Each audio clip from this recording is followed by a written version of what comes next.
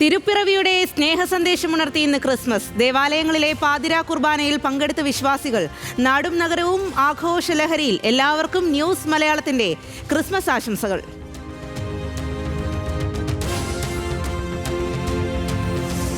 Sabarimala സ്വർണ്ണക്കൊള്ളയിൽ D മണിയെ ചോദ്യം ചെയ്ത് SIT. ചെന്നൈയിൽ ചോദ്യം ചെയ്യൽ നീണ്ടത് 2 മണിക്കൂർ. ശബരിമലയിൽ നിന്ന് ഉണ്ണികൃഷ്ണൻ പോറ്റി കടത്തിയ വിഗ്രഹങ്ങൾ വാങ്ങിയത് മണി എന്ന് വിദേശ വ്യവസായിയുടെ മൊഴി.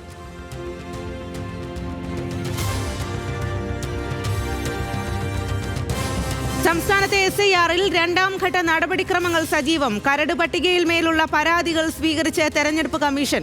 ജനുവരി 22 വരെ എതിർപ്പുന്നയിക്കാൻ അവസരം. അന്തിമ വോട്ടർ പട്ടിക പ്രസിദ്ധീകരിക്കുക ഫെബ്രുവരി 21-ന്.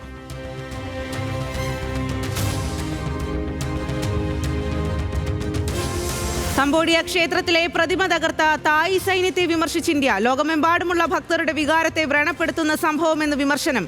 ഇരു രാജ്യങ്ങളും സംയമനം പാലിക്കണമെന്നും വിദേശകാര്യ വക്താവ് രൺധീർ ജയ്സ്വാൾ. തായ്ലൻഡ് കംബോഡിയ സംഘർഷം രൂക്ഷമായി തുടരുന്നു.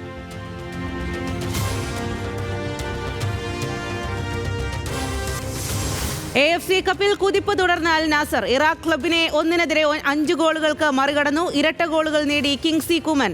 അസിസ്റ്റുമായി കളം നിറഞ്ഞ് ക്രിസ്ത്യാനോ റൊണാൾഡോ.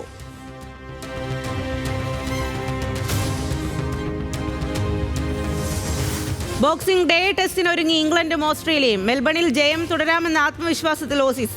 ടീമിൽ 2 മാറ്റങ്ങളുമായി ഇംഗ്ലണ്ട്. മത്സരം നാളെ പുലർച്ചെ 5 മുതൽ.